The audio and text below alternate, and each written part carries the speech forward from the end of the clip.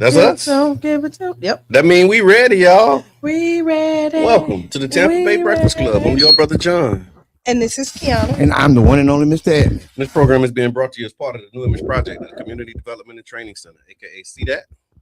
See that? And we would like to thank y'all for tuning in, helping us to redefine what's cool, because smart is The new giggity gangsta. baby. Can you hear me? Can you hear me? I can. All right. And if you don't know, now you know. If you hear me, you heard me. You heard me. You heard me for real. What's good, y'all? It's Freestyle Friday. It is. First.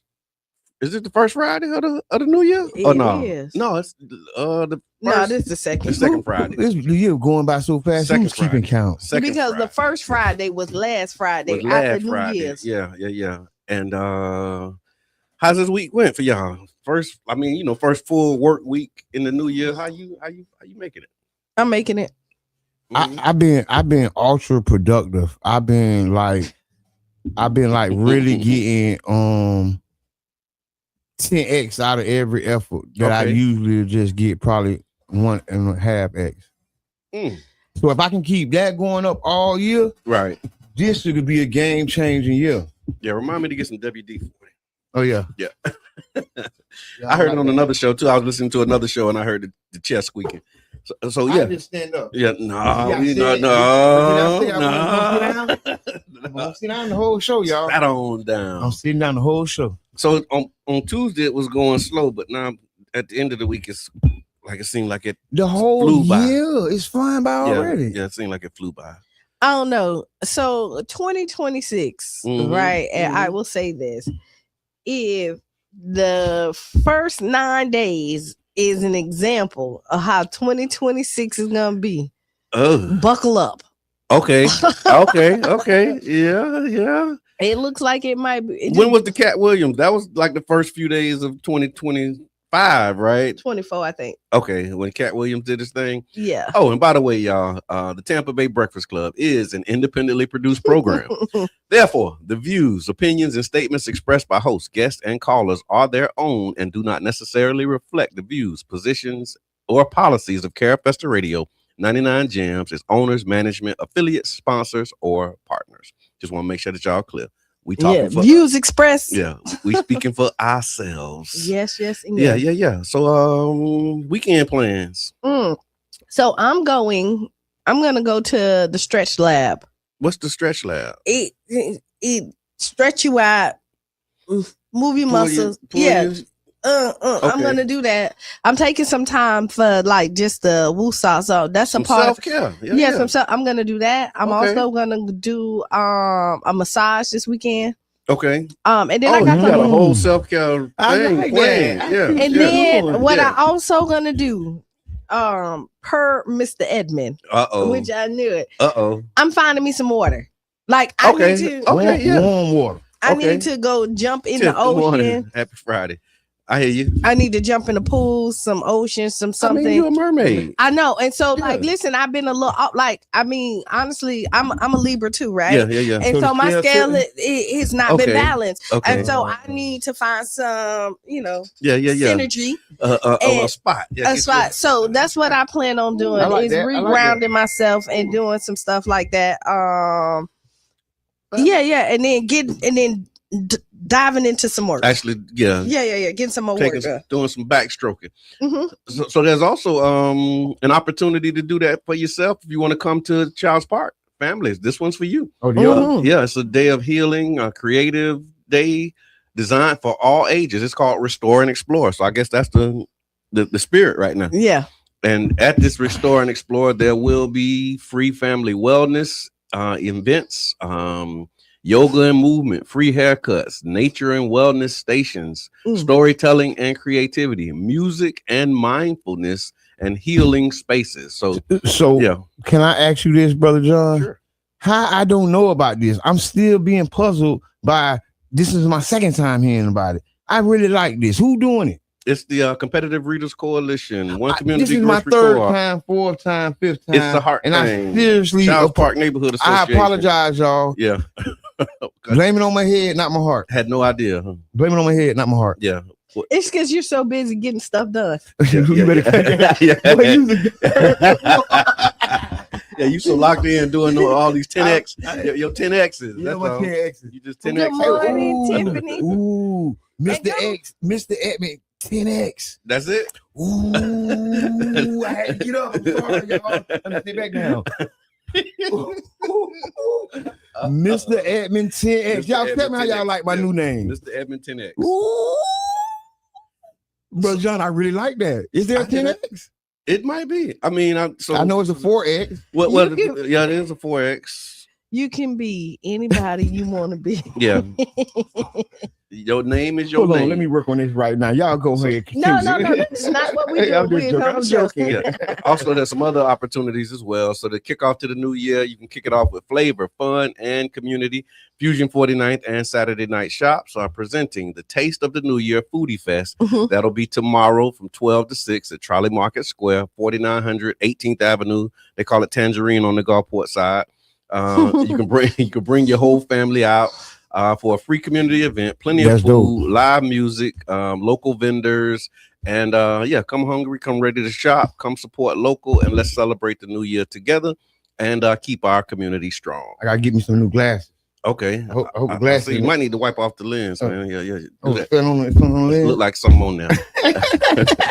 I'm not with y'all this morning. Last I'm thing I totally got. not with y'all this I'm morning. just riding. I'm just Okay. riding. I'm just along for the ride. We made it this far. He's feeding the man. We just made it this far. Last thing is we would like to definitely highlight that there's a complimentary community event focused on our youth and our families and our future. So Qiana's Corner presents the Bridging the Gap Youth Mental Health Summit. That's going to be tomorrow as well at 6 p.m. A powerful gathering dedicated to bridging the gap between generations and raising awareness about mental health for our youth and the wider community. Your involvement will help create a safe space, spark meaningful conversations, and inspire real change for our young people. And it's at the Enoch Davis Center. It's free. Only thing that they're asking is that you go and register. You go to Qiana's Corner. That's corner with a K too, by the way. Qiana'sCorner.org and register in advance. And pull up. Come on out. So that's happening this weekend. And I saw an article too. It was just really coming back. I was trying to find it in that same spirit about youth and suicide, man, because that's still an issue, an ongoing and ever increasing issue. And I thank you for that, Brother John, because we is dealing with an epidemic. Yeah, and it ain't talked about enough, right? And we got to really take it serious because it is really ripping through our community. And especially black men of all ages, young boys all the way to older men. Yes. Right. We have some real, rest in peace to a lot of them brothers, right? Because we got some brothers from here. Yeah. From all ages. Right. Yeah. Right. That done, and we got to take it serious. It's helplines. We got to be there for each other. That's right. Right. We got to be able to, you know what I'm saying? What that is, have that emotional and social intelligence. Yes. Right. You know what I think is that people equate success to happiness. Okay. Talk. Or even when you look at students, they look at kids that are making good grades and seem like they have it together, that they're happy. And success and happiness is not the same thing. Okay. And so they think, and so when you look at it, like you'll have the star athlete and you be like, they got it all, but they're not happy. Yeah. Success ain't happy. No, success is not happiness, and so when you look at it, you look at these students and That's heavy. And it really is. And we had D-Lane who passed away in the city. Somebody who was apparently successful by a lot of people's standards. Yeah. And even when you came look a long way. when you look at Keyshawn, and when you look at he was an athlete, he was a good student, you know what I mean? Went to college, the whole 9 yards. So when you look at it, happiness does not have a face to it. Ooh. Right? and people mask it, and that's what it be. People wear a good mask, and we be still hurt. Oh, let me switch that. No, suicide doesn't have a face to it. Okay. Okay. Depression does not have a face to it. Okay. So when people are dealing with it, it's a lot of people that you look that put a smile on their face, and they're actually out here helping other people and battling their own battles. And sometimes those demons, conquer them even while they're helping somebody else through theirs. Right. And I saw an article that was talking about it. Good morning, Sharon. It was talking about the increase in suicide and the struggles among children and teenagers. Mm-hmm. And they were arguing that it's not just an individual issue, that it's a community crisis. And it's being shaped by social and economic and emotional pressures. Mm-hmm. The article was talking about how it's become a leading cause of death among Black adolescents. And this trend increased over the last several years. They say younger children are also now being affected, not only teens. Mental health challenges are often overlooked. Black children often experience depression, anxiety, and trauma more than others. These issues are frequently misdiagnosed or untreated, they said. And then, of course, the cultural stigma around mental health can prevent families from seeking help. I think we've been doing a good job at trying to bust through that wall, but it's still a thing where people don't want to go and seek the help that they need. And so if you need help, go get it, man. Go get it. But I mean, I think society has definitely turned a corner and letting you know that getting therapy doesn't make you crazy. Mm-hmm, you know what I mean? Mm-hmm. It's a sign of being strong. Yeah. I need some help. Yeah. Right. That's just like if you had diabetes and your eyes going bad, you're gonna try to figure it out because you want your vision. Yeah. You're gonna go and try to figure it out. So I mean, and get the help that you need. Right. And I think that's another shout out to Qiana's Corner for what they're doing to make it available, and then using the youth to help center these spaces. So this Bridging the Gap Youth Summit, I love the way that Qiana organizes these, because it centers the youth and it allows the adults to be able to hear from them in a way that, we probably wouldn't if that space wasn't created. And because me and you did one of Qiana Corners, which was really dope. Yeah. And we were at Urban Drinkery. Shout out to Urban. Yeah, right. Yeah. And so if you haven't got your morning coffee, make it there. Pull up. Right. But but just the way that we did it was it's a different take on it. It really is. And to listen to the kids, and then what you realize is that a lot of times in society, and not just in our culture, is that trauma is normal and you accept it because because one of the kids was like, I'll never get therapy. And we was like, wow, my mama ain't never got therapy, and she all right. Yeah. And she lost this, and she was fine. She was fine. Yeah. And then the rebuttal too is she may be, but have you ever just seen her snap for no reason? Mm-hmm. You know what I mean? Mm-hmm. And because that's norm in your house, you just said, oh, she normal. Yeah. But no, it's because she's dealing with these extra pressures and trying to battle these demons by herself without help. Right. But help is here. It ain't on the way. You used to say help is on the way. Help is here. Mm-hmm. And so you can, again, check out Qiana's Corner. That's Corner with a K, Qiana's Corner with a K.org. And then tomorrow night at 6:00 at the Enoch Davis Center, you can, tap in. Also, just a quick headline I saw that they said that flu activity, y'all know we've talking about this, I think, Monday. Mm-hmm. So flu activity is at the highest levels that they've been in 25 years. Mm-hmm. Health officials report that flu activity in the United States has reached the highest level in quarter century. Mm-hmm. Levels, doctor visits for fever, sore throat, and cough haven't been this high since the 1990s. Nearly all states are seeing high or very high flu activity right now, with only a handful at moderate or low levels. They said it's a new flu strain. Okay, there we go. We were talking about this before the show. They said it's a new flu strain known as subclad K. It's a variant of influenza AH3N2, and it's spreading widely, and it emerged after this year's vaccine strains were selected, meaning that the flu shots offer only partial protection against it. So when I was watching the article, they had a video about it, and they were pushing the the vaccination for the flu.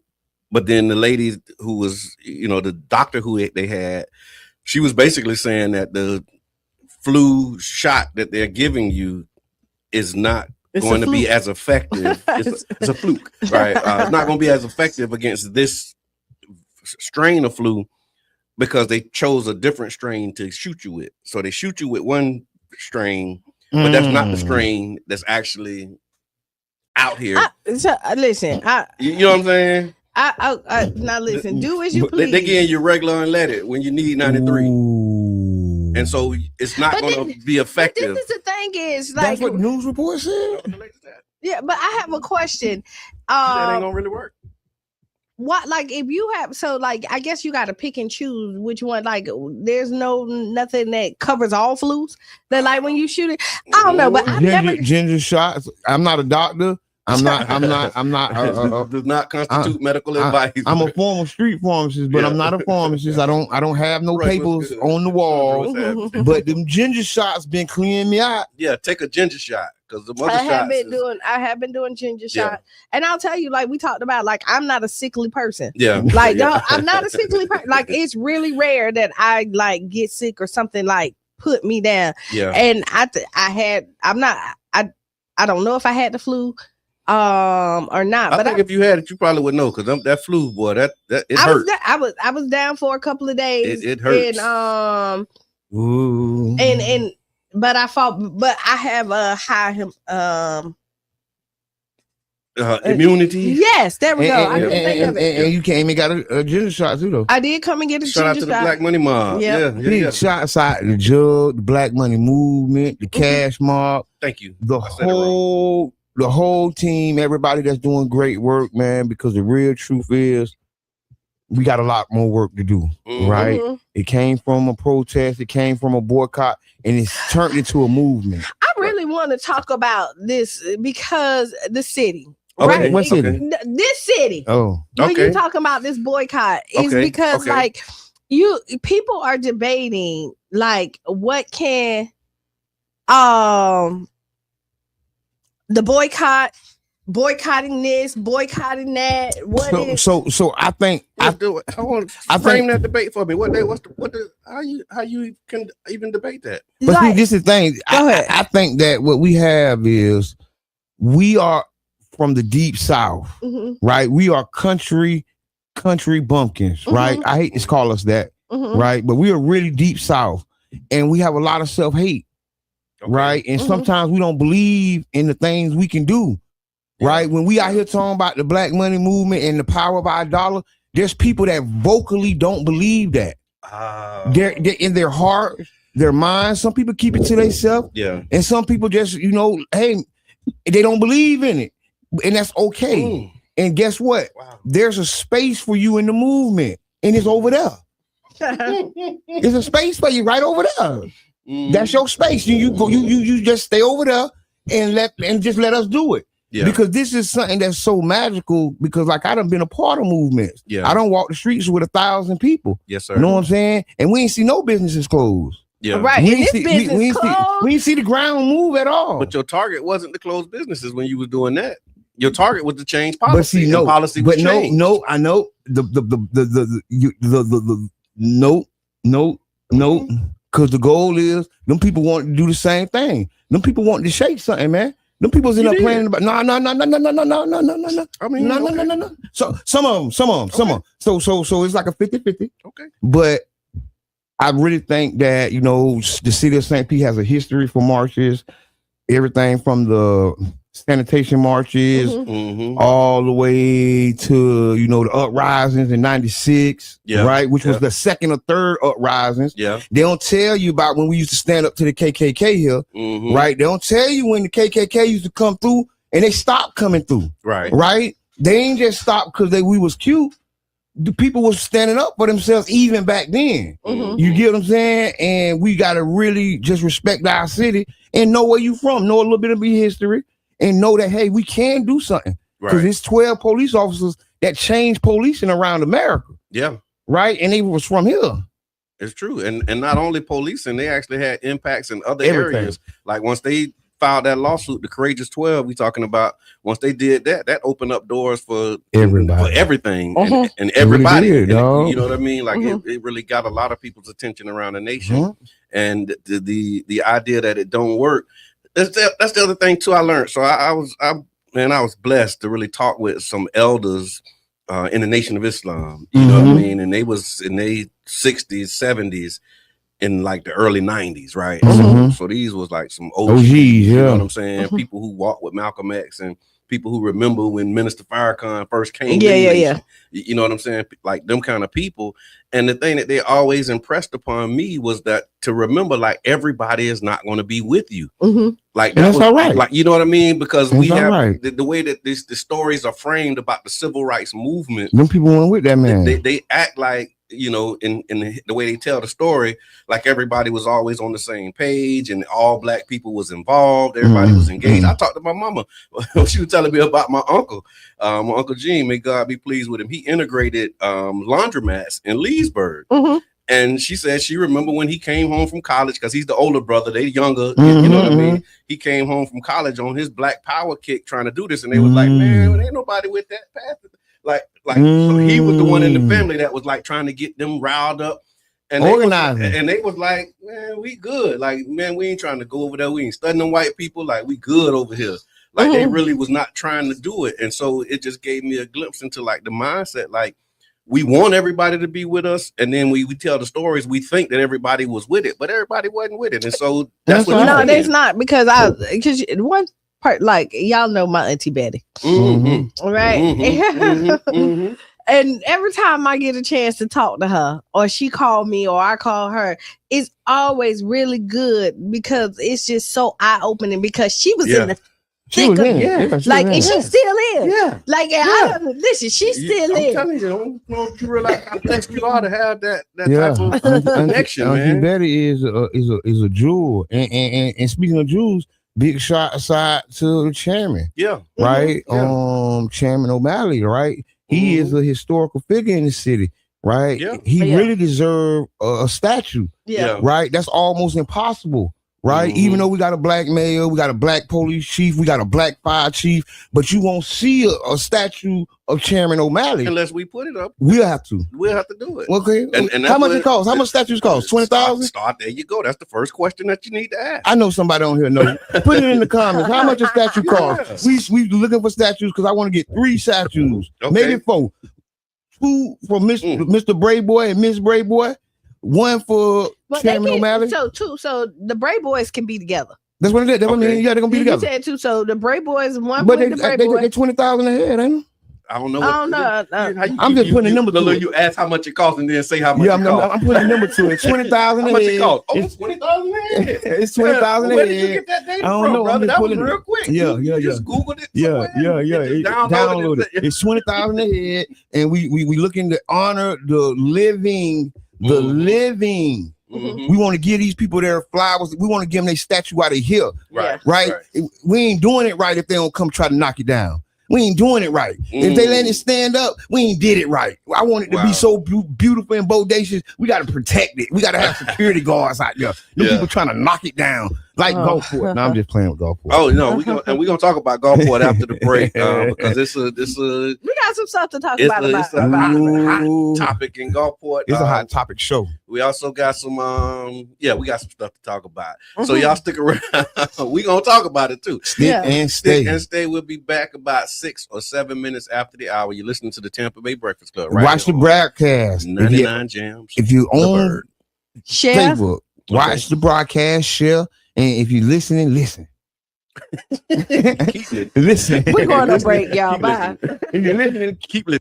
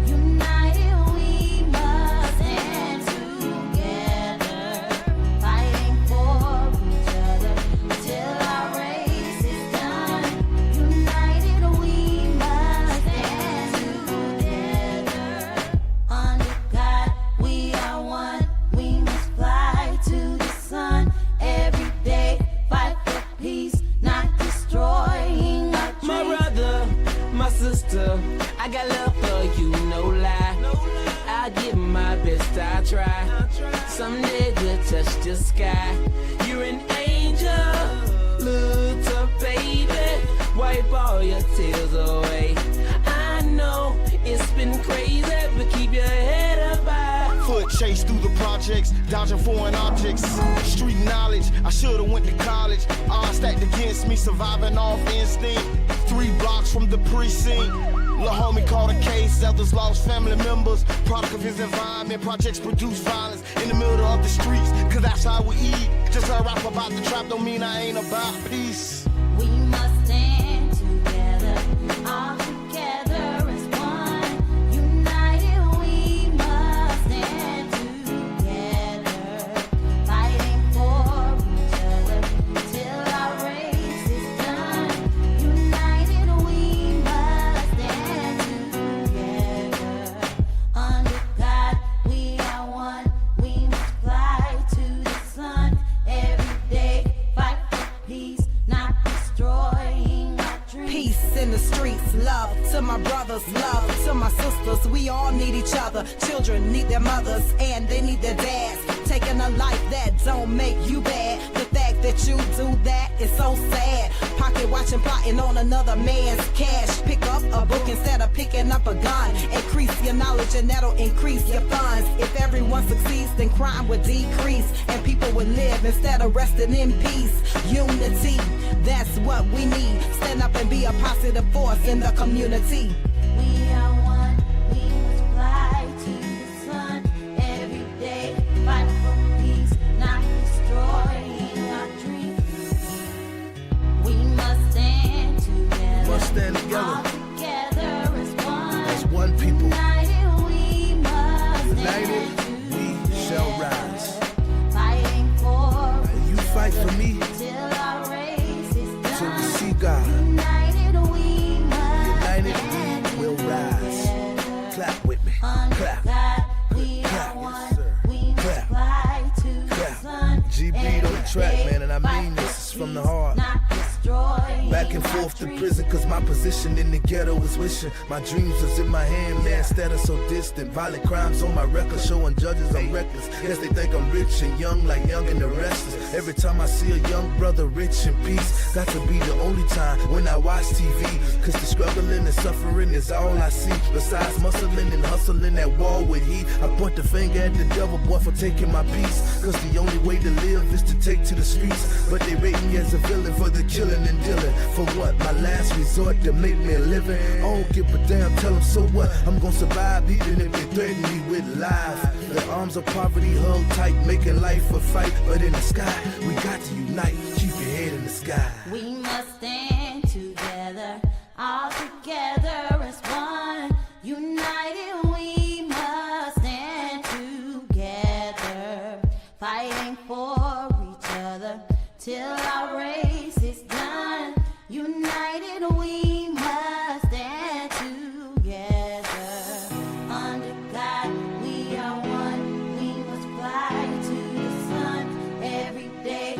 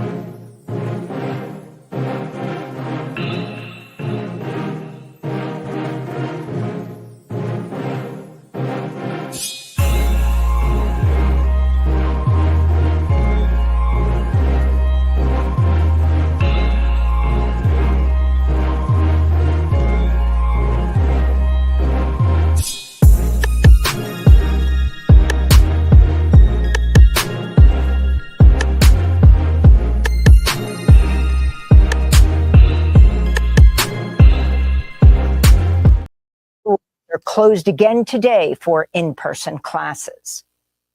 On Capitol Hill, the Senate advanced a bipartisan measure intended to block the Trump.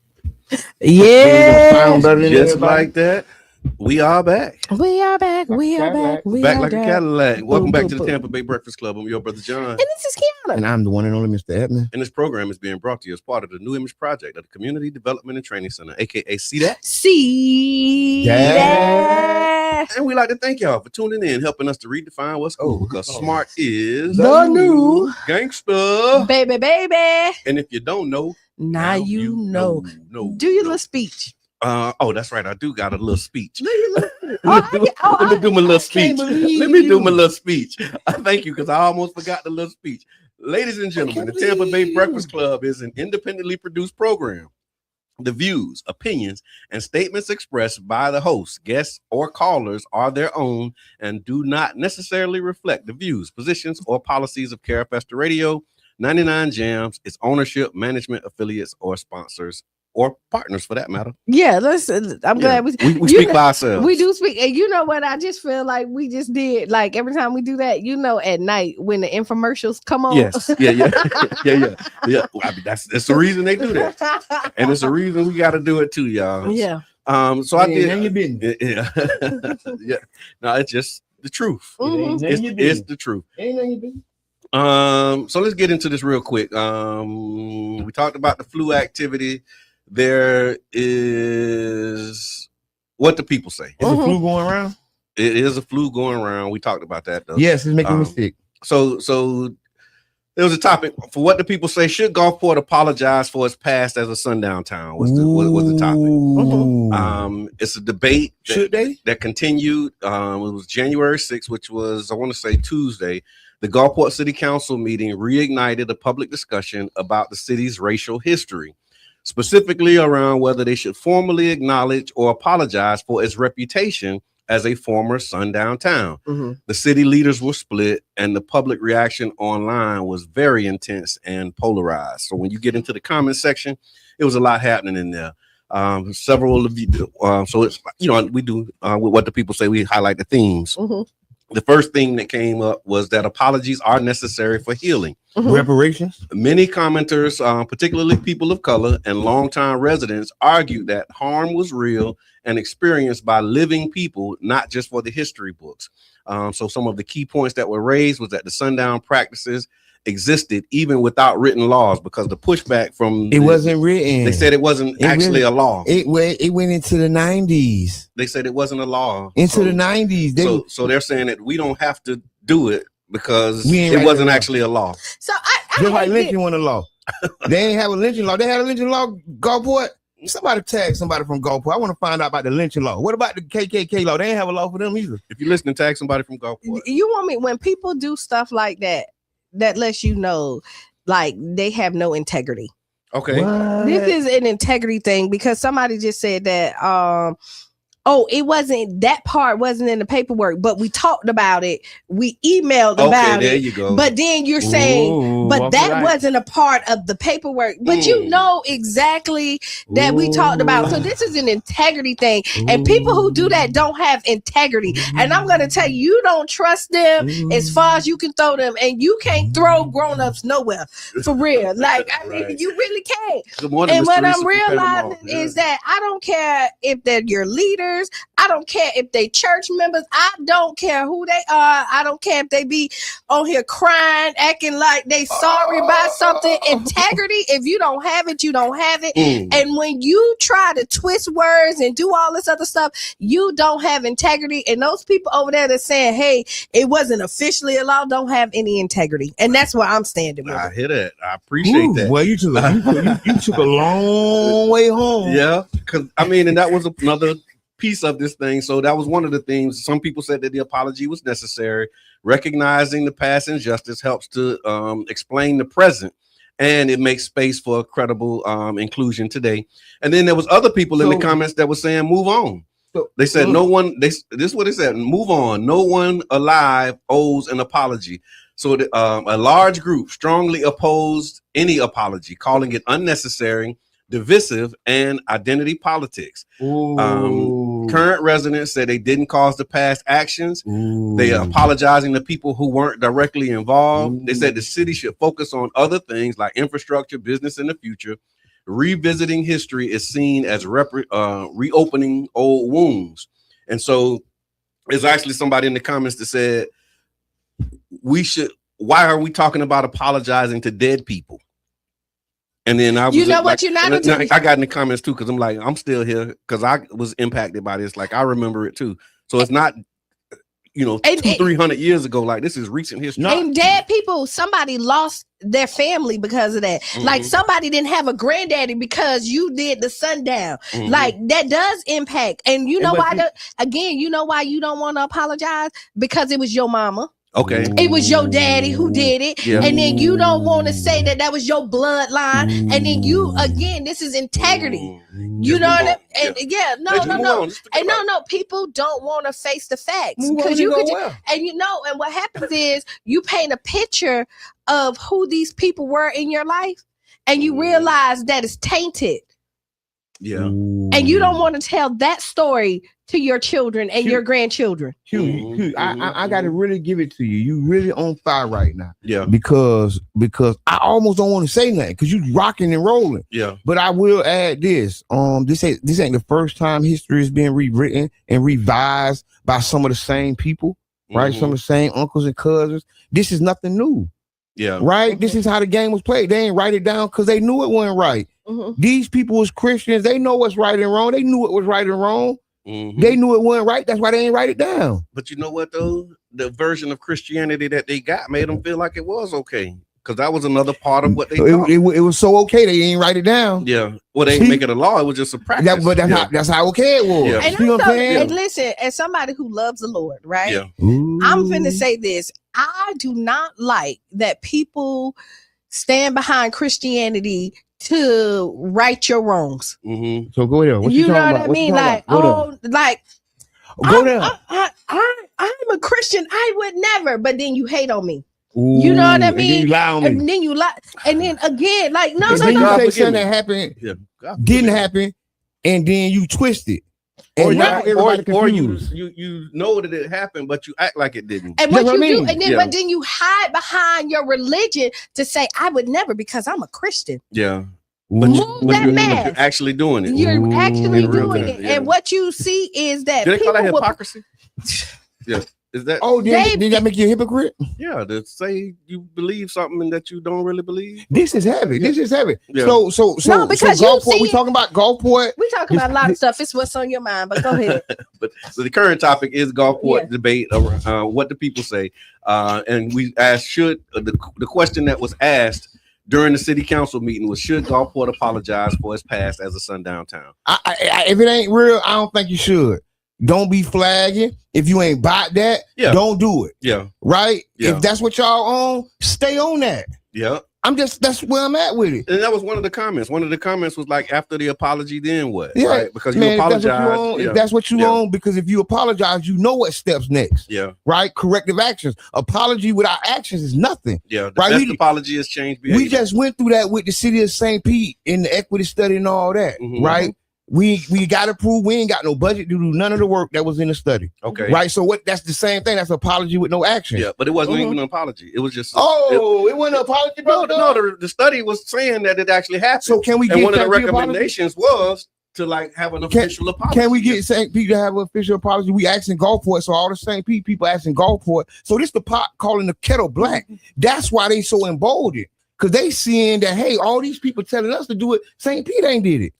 So let me give you that's one of the themes that came up too. They were saying that the only reason that this is a conversation right now is because of what's happening with the Lincoln Cemetery. Okay, go ahead, bro. John, get into it. They said multiple commenters linked the resurfacing of this debate to recent negative attention around Lincoln Cemetery. Some people felt that the cemetery controversy has proved that the city still hasn't reckoned with its past. Others viewed the criticism as exaggerated or politically motivated. The mayor's comment, the mayor actually said that this is BS, basically. About the whole. But I say this because she's just upset that. But I say they this. calling them out. But I say this, right? So I'm gonna be real bipolar right now. I think I really appreciate Gulfport for housing at cemetery. Mm-hmm. They didn't have to take the annex, right? Okay. They didn't have to do. It don't have to be there. Those could be apartments. Those bodies can be under a parking lot. Okay. They do this. We're from a city that does this. And now here's the sundown town saying, okay, I look out for our veterans. Mm-hmm. Yeah, they black. They from St. Pete, but we got it. Somebody signed that paper. Somebody took it. Two things can be. We always say two things can be Yeah. right at the same time. All right, go for Like it. two, I mean, Go for it. Yeah. and I will tell you this: when you look at black cemeteries that has been Paved over. paved over, Yeah. how long ago was that? So it's so much easier to pave that over because it was before my lifetime. But our parents though, like it was like in the 50s. A lot of that stuff was happening in the And- 40s. and- So like my mama, so like just say like we someone, was Yeah. kids when a lot of that stuff happened because that Yeah. graveyard was over there when Laura Park was there. So like we was alive, Yeah. right? Mhm. So or like, right yeah, around the corner. this yeah. is in our lifetime, Yeah. right? Yeah. And it was like my grandparents or my great grandparents Yeah. when you look at it, not mine. Who would like, be buried there? who? Yeah. No. When it would have been knocked down. No, I'm But telling look, you, it was like it was 40s, 50s. So But- the 40s. Are you talking so my about daddy was born in 42. right? okay, You see what I'm saying? My mother-in-law was 45. And we're talking So about if this Gulfport. happened in the 40s, I think this was like maybe 50s or 60s. I can find Yeah, it. find out Because I had an exactly. article a couple weeks ago. We was going to talk about Lincoln Cemetery. I'll bring it back. No, on I'm Monday. not talking about. No, but I Lincoln. mean just that whole the time frame of when these things were actually. But Yeah, like, put it in the, context. but like, So we have context. Yeah. right? So Lincoln Cemetery, like again, Mhm. I've always known it was there. Yeah. Like I got people that was Yeah. buried there. Like hmm I can't go back to even Like you and- don't remember when it was moved and when them bodies were moved and right. Yeah, No. okay. And got then you. when you look at over here at Tropicana Field, when they say that they think that it may be something over there, Okay. right? Yeah. I never remember a graveyard over there ever. Okay. Got you. That's what I'm. You know what I mean? I got you. I got Okay. you. All right. And so final takeaways from this thing overall from what the people have been saying is it's few points. The Mhm. community is deeply divided over whether the acknowledgement equals accountability or not. Mhm. For some, the apology would lead to healing and trust. For others, the apology is guilt and distraction and division. But there was no consensus, but there is a strong emotion on both sides. Many people agree that the conversation itself reveals the unresolved tensions about belonging, memory, and power in the city of Gulfport. So yeah, just bringing it up and the emotions that's associated with it, let you know that it's definitely something that needs to be Yeah, addressed. it's something. It's like a thorn on the side. It hurts somebody. Some people have normalized the pain and can just pretend like it ain't there because they don't even feel it anymore. And until it's pulled out, you don't even realize it was something sticking you in the side. Yeah, true. You live What's with the pain. Oh, you know what? That's right though, because you got people walking around right now with some pains that they just feel like, oh, it's just hurt. It's hurting now. It's been hurting for years, and it's always just gonna hurt. right? And dang, You know what I'm saying? Yeah, that's heavy, Every bro. time you get up, you just like, Ah. but it's like that's not Mhm. normal. Like you really need to have that addressed, but you've Mhm. normalized. Oh yeah, this thing in my knee. So you're right. Like then it people just- become normal if you don't handle it. people you just don't get used handle to dealing with the pain. Hey, and I'm glad we're talking about that. The health disparities in St. Pete for the black community Okay. are some of the worst in America. Mm. A lot of this data isn't shared, and it's because how bad it is, Right. right? The social determinants of health and all these things. You know, I learned this from the foundation, Mhm. right? Yeah, we did a lot of and- work over there. And the reality is, you know, learning the data, but also living the reality. Okay. Right. So, you know, to a lot of people, those numbers is numbers, but to me, those friends and family, Right. you know what I mean? And our health is so important. And I think we take it for granted. And I think sometimes, like, and this is gonna lead to the food pyramid, right? Okay. Because you know they just changed the food pyramid. I remember hearing something like And that. because the food pyramid didn't, the original one that we grew up on did not benefit us. Yeah. The food pyramid as it was set when we were kids actually causes inflammation, actually hurts black men particularly, Mhm, right? mhm. And then so now they done flipped it upside down and did something. But long story short, we have a lot of health issues, right? And a lot of times people be talking about how the city doing and what the city doing and what and this here and that there. The reality is the city is doing no better than the worst of us. Okay. The city is just as sick as the sickest of us, right? And if we ain't helping our sick and our the poorest of us, we ain't doing as good as we think we're doing. Yes, sir. No, and I saw that, and it was we talked about this too, like the life expectancy based upon your zip codes and the different disparities. Bro, it's 7 to 12 years, 15 years. Yeah. So between 4th Street on those two sides of 4th Street, it's like 6-7 years. You go to Snell Isle and compare it to Harbordale or one of the South Side neighborhoods, it's 15-20 years, bruh. Yeah.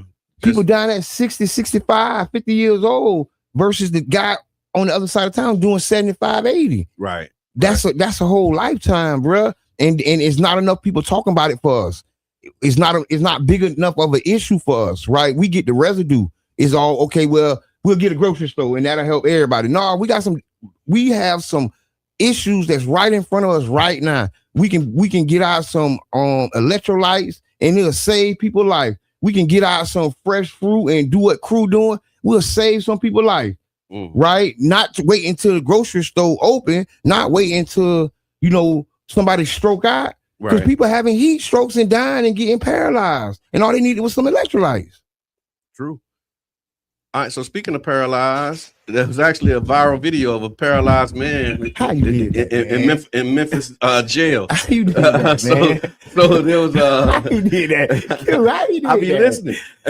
so paralyzed. Yeah, so there was a man in Memphis who was exposing the conditions of the Memphis jail. A paralyzed Tennessee man, Derek McDonald, he went viral after live streaming the unsanitary and neglectful conditions inside of the Shelby County Jail, showing roaches, mold, and staff failing to attend to his basic needs while he was housed in the facility's units. McDonald said he was left in soiled clothing for days and repeatedly ignored by jail staff, prompting the use of his cell phone to document and share the conditions on Facebook, quickly drawing widespread public attention. Instead of addressing the concerns raised, authorities responded by issuing an arrest warrant for McDonald, accusing him of possessing contraband, which was his phone, in the jail. You can't have phones in jail. You can't have phones in How jail. everybody got to come phones? Okay, so let's keep going. Officials at the jails have defended themselves by saying filming inside the jail saves their life, violated the privacy protections. McDonald live streams, it highlighted many of the things that people saw as neglect. So he was a paraplegic, I think that's the word for it, but he was driving. I think his license was suspended or something. He was arrested, put in jail, and you could see on the video with him laying in the bed saying, look at this, like, just look. And he had roaches in there. It was a blind man walking, wandering around, and they like, look, ain't nobody attending to these people. And you know what's really crazy is that, like, I knew that they were going to do that, but you're going to flip it on them. Oh, but you was wrong. Yeah. But you're not going to correct what you did wrong, which is crazy to me. But this is America. Yeah, because the way he highlighted it was against the law. So we ain't going to address what he highlighted. We're going to focus on how he went about telling this story. How else was he going to highlight it? Yeah. Who knows? But yeah, that was crazy, right? So and then so when we're talking about highlighting, everybody saw the video or saw the news about the lady who got shot by ICE. Yes. Wow. That's a moment of silence. You see what she just did? She did that too? Yeah. I see what you did. Look at that. I listened. Yeah, that's right. So yeah, that was crazy, man. I probably shouldn't have watched that video. I ain't watching because it was. I've been trying to preserve my little. I know you've been saying that. You because for real, dog, they desensitize us with this stuff, and it's just a quick view. It's only 3 seconds, but you watching somebody get smacked. Yeah, it's like what's the name of that show? Death Watch or what it's called? 1,000 Ways to Die, something like that? A Million Ways. I don't know what it is. Yeah, I know what you're talking about though. Yeah, Death and Destruction. Your girl, it was Death and Destruction. Tiffany Black was on there. What it was? Death and Destruction. I don't know. Hey, y'all, what's the name of the movies that used to watch people get smacked?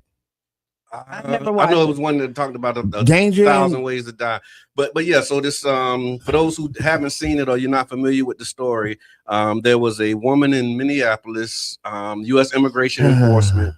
Let me just put this here for y'all. Maryland. It was Minneapolis. Minneapolis. It was Minneapolis and Maryland ain't the same. No, they're not.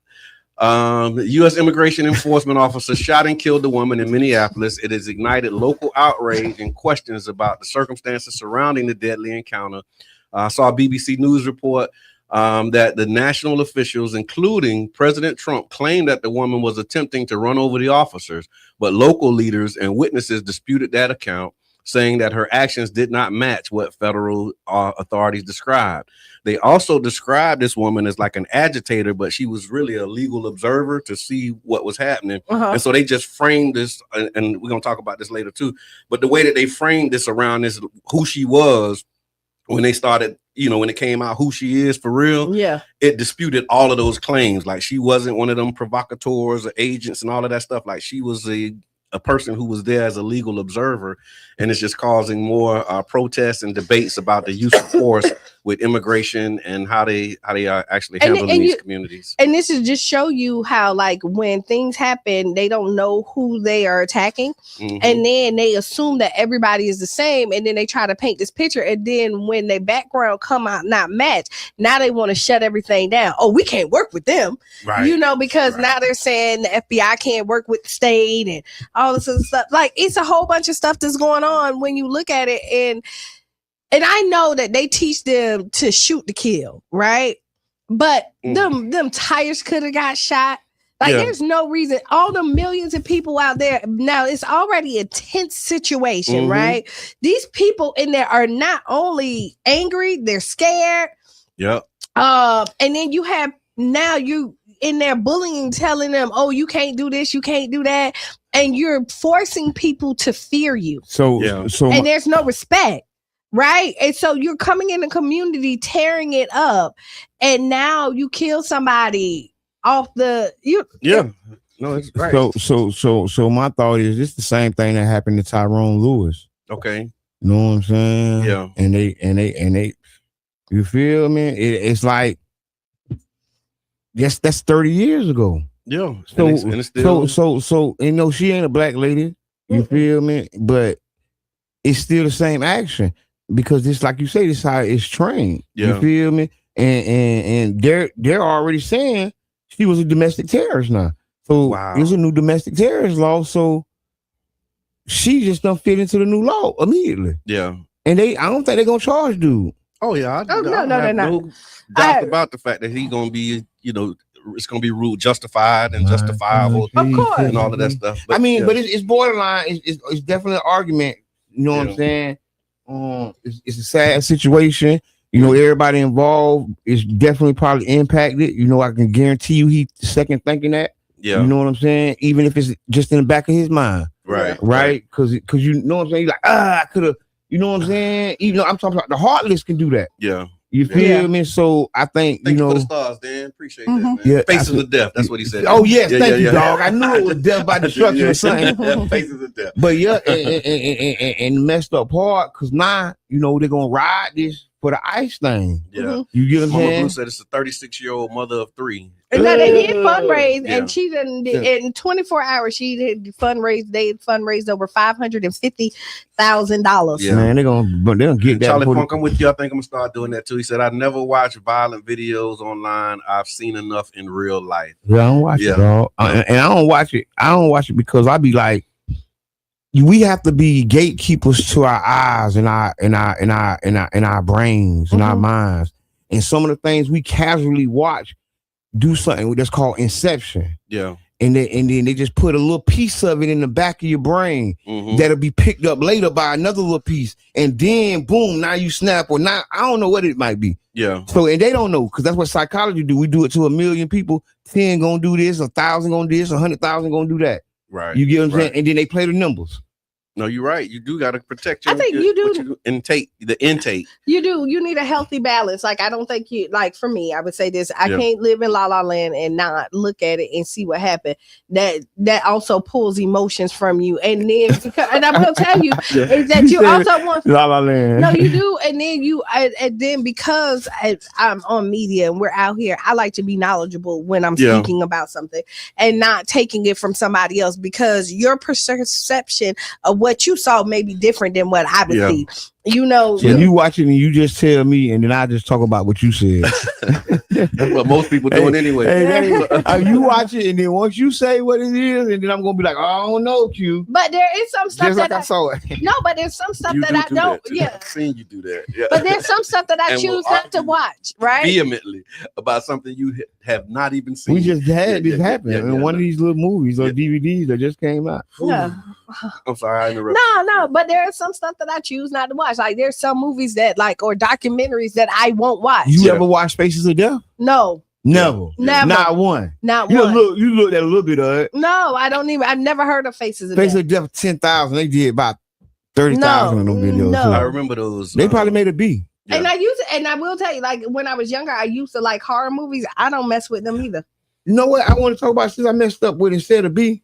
Okay. I want to talk about how much is $1 billion. Okay.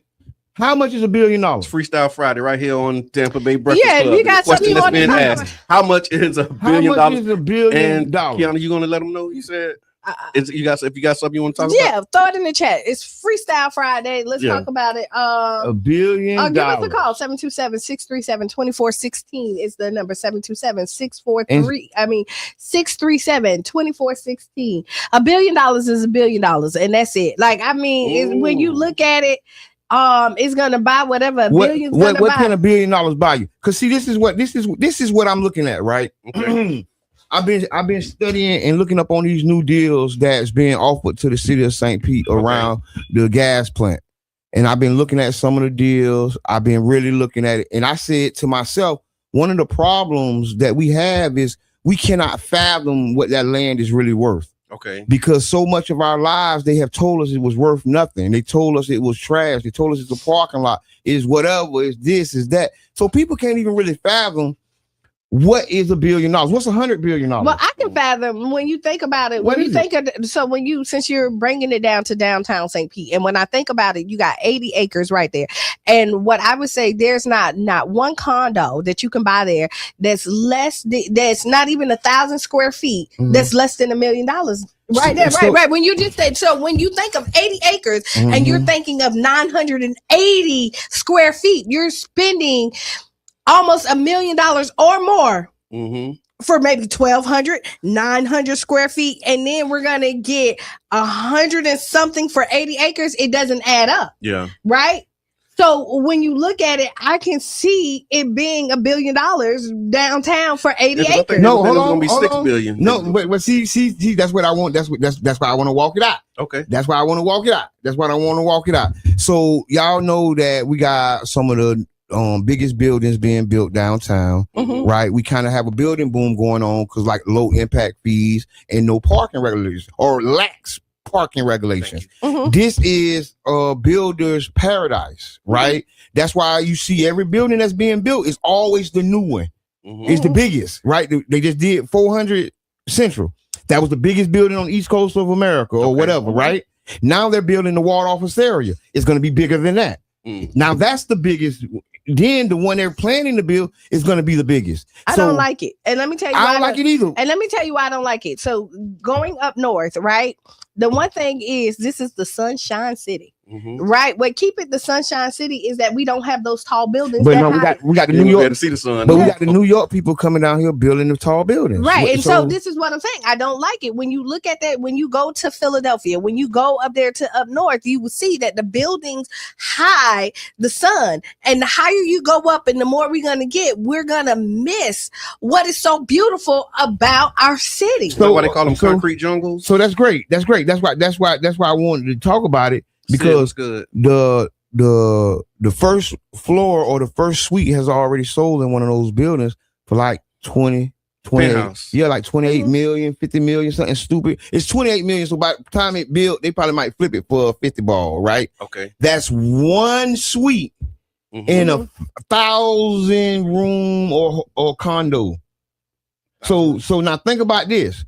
If we sell the Tropicana site for $200 million, right? A developer can do 10 suites in a high rise and pay for the whole 86 acres.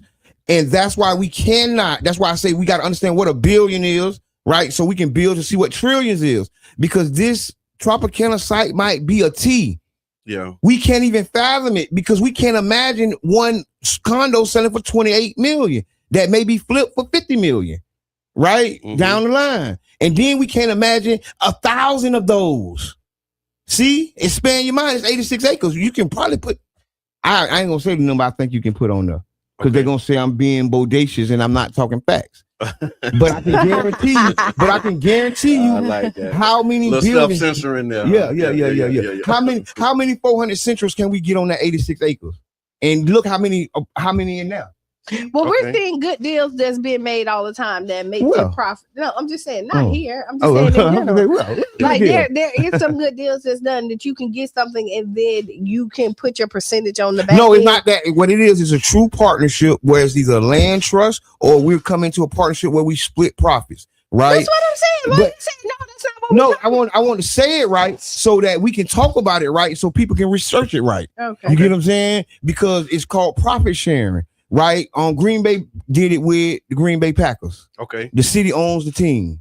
Right. There's a few more teams, and it doesn't have to be the team because, like they say, this new plan don't even have a team on it, a stadium on it. You know that, right? Mm-hmm. The newest plan is no stadium now. Right. So that's why we should have put a new RFP out because the last results was with a stadium. Now it doesn't have a stadium, and we're not putting it out to the RFP. We ain't talking to the community. I'm going to the state of the city. And I want to hear what happened about the Rays. I want to hear what we doing. Good different. luck.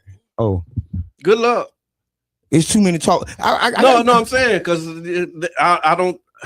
I think they like Gulfport in this area. We gonna move on. That was the past. That was last year. That was 2 years ago. They ain't gonna tell you what happened with the Rays. They ain't gonna tell us how many millions they wasted in hours. Again, I'm gonna tell talk you about this bright new future. We could have sent some kids to college. We're strong. We're better. We're what we better than? No, this is what they do. So every state of the city, they start off with, "I'm here to tell you, the state of the city is strong." Everybody celebrate. You never hear nobody say, "Hey, y'all, we doing too good." But you know what? Like this is what we did. Bro. Good luck, bro. But that's what we need to hear. We need to hear that we ain't doing too good because that's kind of what's going on, man. Yeah. Fiscally, the city of St. Pete used to run surpluses year after year. Yeah. So every year at the end of the budget, they used to have a surplus that they'll give to nonprofits and help community groups. Because I remember we used to try to help people get on that list. Mm-hmm. Right? Yeah. They don't talk about surpluses no more. Yeah. Right? Mm-hmm. It's not even in the lexicon of city council. And that's fiscal responsibility that we need right now. Right? That's why we need, I'm glad that council done trying to change and it's a new chair. Councilmember Hannah is the chair and Richie is the co-chair, vice chair. Yep. And I think this is a good combination, right? Because you have a attorney that's been on about business her whole time, right? Yeah. She kind of been about business, reading the contracts and standing on it. Right. So I think her being a chair at this moment is the right counterbalance that we need from what we getting from the admin building. Right on, to be seen. And so we talking about what's going on in the city, y'all. That was a gas plant. We're asking if you have anything that you want to share, you want to talk about what's going on in the city. Give us a call, 727-637-2416. What's going on in the city, y'all? What's going on? So, all right. So we want to circle back to our conversation that we were having. It started out about pastors, right? When we were saying the leadership and Pastor Jamal Bryant, my pastor. That's what kind of kicked it off. That's what kind of kicked and his wife in that good old dress with the skin tone, because she wasn't showing no skin. But that's not what we're talking about. So let's not but I'm dressing it up. Okay. No, because I don't want to go there. I don't want to even talk about it. You want to go back to the dress? No, I don't want to go back we to the can't dress. end up there too. The continuation of the conversation. It's about leadership. With dress. Leadership. About leadership about leadership, and does your leadership have to be perfect, right? Gotcha. And the standards of ownership, leadership, and what does that look like? And the standards that you have when you are leading somebody, right? Or when you're a boss, or you're a manager, or you're, because I saw Coach D's live. Shout out to Coach D. Right. What is a boss? Boss. Yep. I you know watched what I'm saying? And like the standards that you have for your boss, the standard that you have for your leader. Like, I think all of these things, they get merged in, right? And to be honest, boss and leader can be two different things. They are two different things. They really are. Yeah. Like, sometimes your boss is somebody who just kind of tell you. The leader gets in and leads you and show you the right way. Yeah. Right. Okay. And so what we would say is that when you're in leadership, Yeah. there is a standard that you have. Yeah. Right. And when and so we talked about, so go back to like the pastors, and when I was like, if I saw my pastor, I used the cat at that point, right? Yeah. If they were out, as long as they're not drinking and stuff, I personally probably wouldn't fight. You did. You You mentioned can't drink? Pastors can't drink? Come on, we had this conversation already. We're going to have this conversation in a different way, and that's not the way. Right, that's not the way we're doing it. So we talked about the example that you were using, right? Was like if you saw your pastor at the Catalyst, right, and they wasn't how drinking. Would you feel about that? Right, Would and you I be said, okay with that? I wouldn't. Me personally, I wouldn't have no problem with it. They're out there with their family, just kind of people just having a good time, right? Yeah. But I will say, but I did say that I want my pastor to have standards. Yeah. I did say that. I might have said use a different word. Discipline. I said discipline. Yeah. Right. And so when you take on a role, you have to have restraints. You have to have discipline, and there's some stuff that you have to cut out of your life. Yeah. Unfortunately, there's just some things you just can't do. And but you choose that role that you're walking, this path that you're walking. Yeah. And if you don't want to live that life, then again, you need to choose another path. Yeah. What keep coming up in my head is the word responsibility. Mm-hmm. Because that's the thing with leadership. Even when you start, like you said, you have a job, mm-hmm.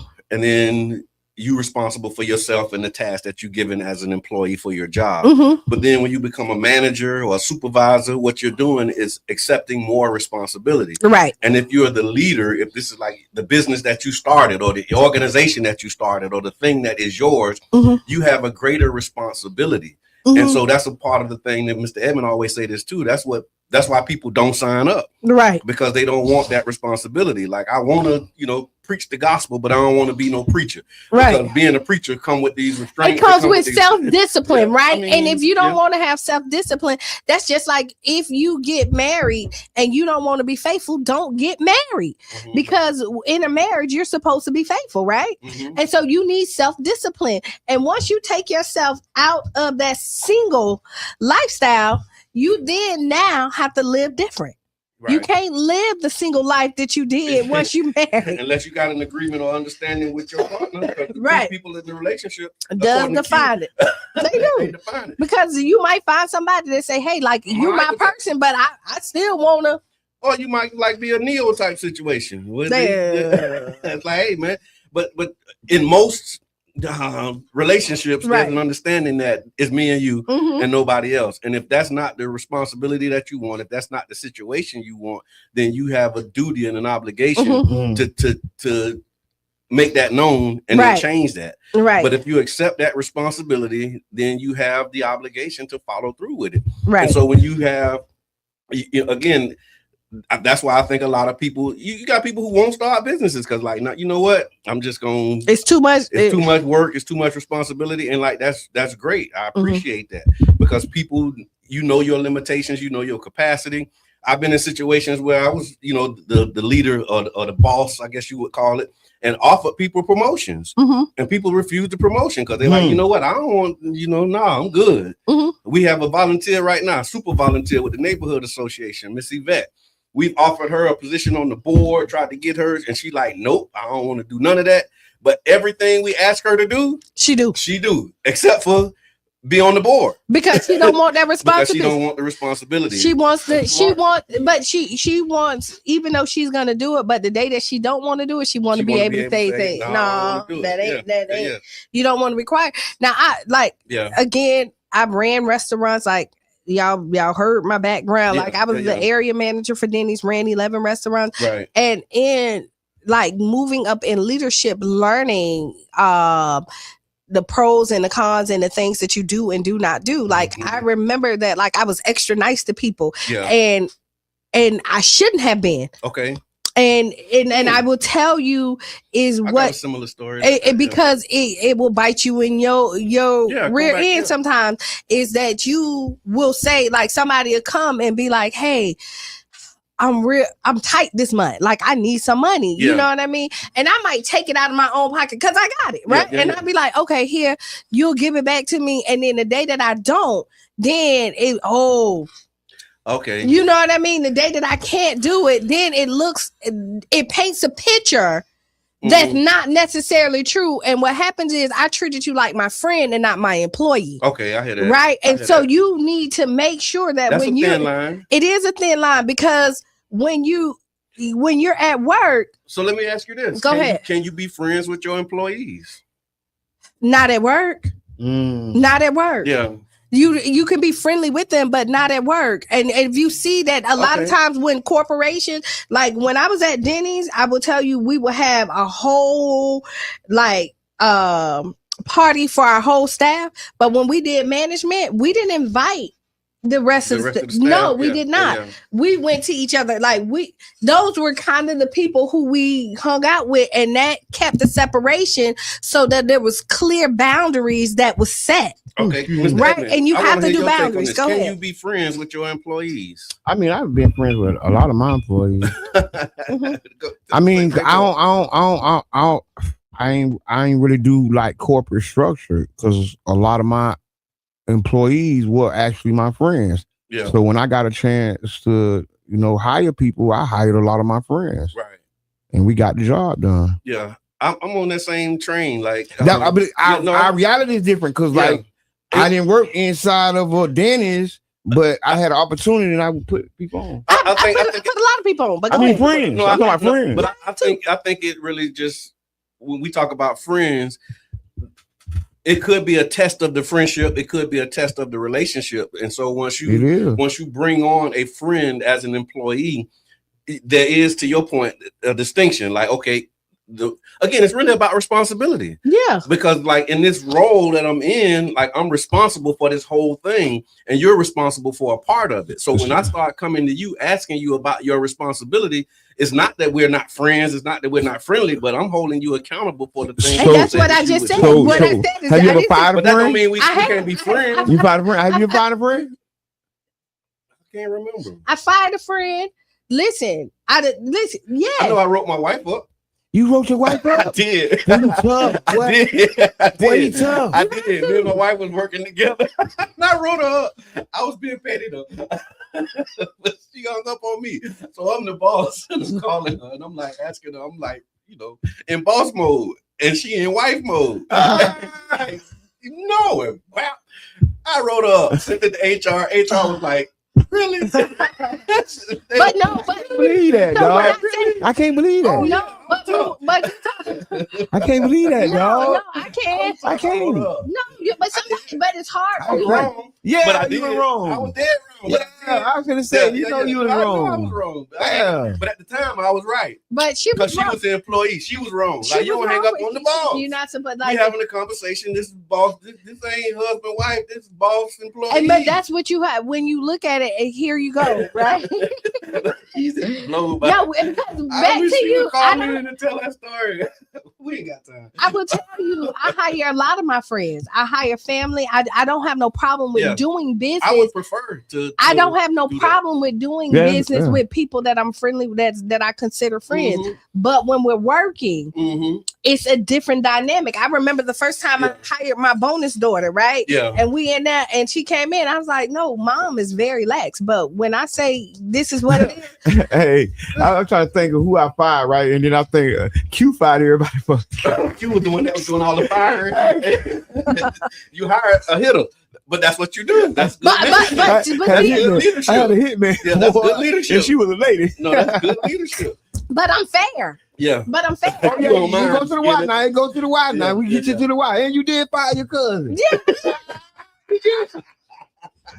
You got to go. You got to go. The job. Yeah. Don't worry, I got it.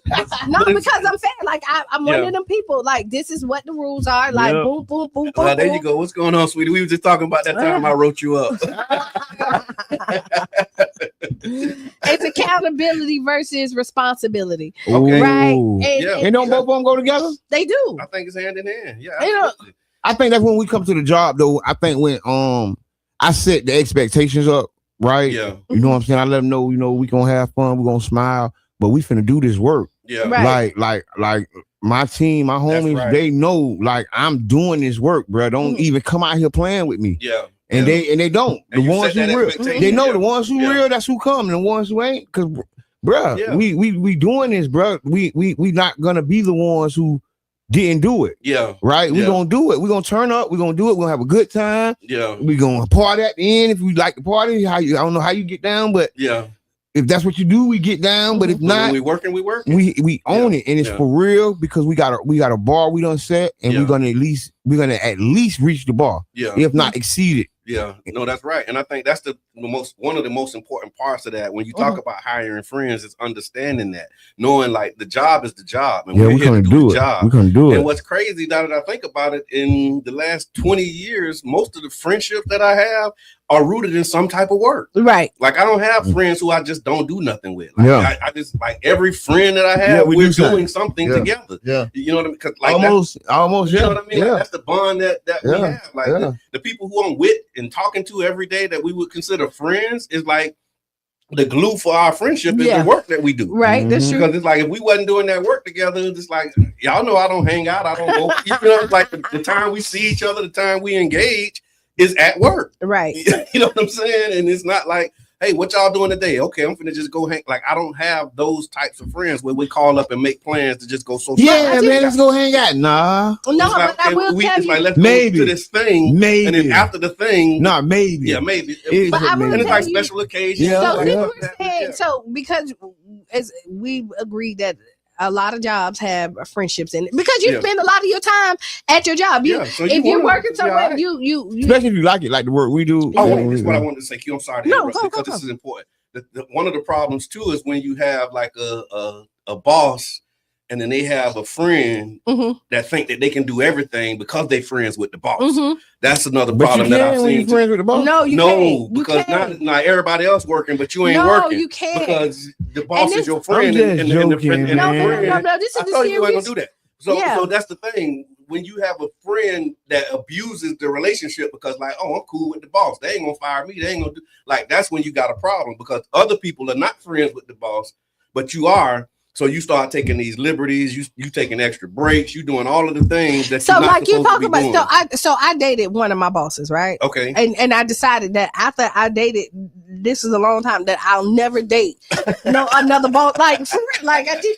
So Yeah. I end up dating one of my bosses. Did you and take liberties and like? no, listen, he had me up scrubbing stuff that he would never have anybody else do because so he you got didn't. more responsibility. Right, Yeah. because he didn't want anybody to think that it was favoritism, just like your wife just said. Okay, yeah. Because they knew it. And so workplace relationships, because they happen. Okay. So no. Workplace relationships, there has to be boundaries. There is things that happen, but there's some stuff that needs to be left at home and not at the workplace. There's lines that you should not cross at the workplace. Right. Regardless of what happens outside of those hours that you are clocked in. Right. Professionalism is very real when you're running a business, when you are working a business and things like that. And this is why I will tell anybody, when you're starting a business or you're working a corporate, you need a code of conduct. Yeah. Right. And Yeah. you need a book that really and stick by what that is. Yeah, and don't you cross gotta those follow Your that. handbook. Your you handbook. need your Yeah. handbook, and what it happens, that allows you to eliminate problems Yeah. that occur later on in life. And I think you Right? have to be consistent with You it. too. have to be I think that's the consistent. problem with what the friend dynamic is. Like, okay, you got a code of conduct, but you only apply that code of conduct To to somebody everybody else. else and not to your friends. And this is why, even though, like you say, I'm the hitter, yeah. I'm consistent across the board. Like, you're gonna come to me, I'm gonna laugh with you, I'm gonna ha. But if you cross that line, if I'm gonna fire my enemy, I'm gonna fire my friend. Yeah. You know what I mean? Because again, while we're at work, this is what it is. Now, outside those doors, I ain't your boss no more. These some twin flame moments in here because she in the chat, so I want to acknowledge these, right? So she Okay, says, good morning. Yes, he did, but it showed others that if he did it to me, it's no favoritism. It was also about the paper I did fill out. I threw it away. Okay, yes, she threw something away. And then my daughter is in here. She said, I was the boss of a couple of my friends, and one of them called me mean and tried to tell my mom on me because I was strict on her at the workplace. Right? Look, the family is in chiming in, but we got some lived experience with this. My wife said at work, we had to kind of put our relationship to the side because it was work. But it also brought us closer, and it did, because that was another story for another time. She said I couldn't get employee of the month, and she was a stellar employee, and I didn't consciously do it, but I kind of knew I couldn't do it. Yeah, somebody else had to do. Yeah, she said I couldn't get employee of the month for a very long time because my husband was my boss. Oh wow! It's like, yeah, how can I? But I mean, everybody knew she was. I ain't think about that. You know but when you think about it, healthy boundaries, and when you have these code of conducts that allow you not to get in trouble later on. Yeah. Right. And if you follow the guidelines, nobody can say that there's favoritism. Yeah, right. Oh, you did it to me, you didn't do it to somebody else. If you have those things in place, that eliminates you for getting in trouble. And I would suggest that when you're doing a business, small, big, or running somebody else's company, that you make sure that these things are in place so that you can secure your business longevity, or even your employment longevity, because the last thing you want is for something that you thought was friendly, or you know what I mean, something that you thought was a joke to come back and bite you in the rear end. Because a lot of times when you're at work, because you are friendly with these people and you think that they're friends, you make jokes with them as if when you were off of work. And then today it may be funny, tomorrow it's not.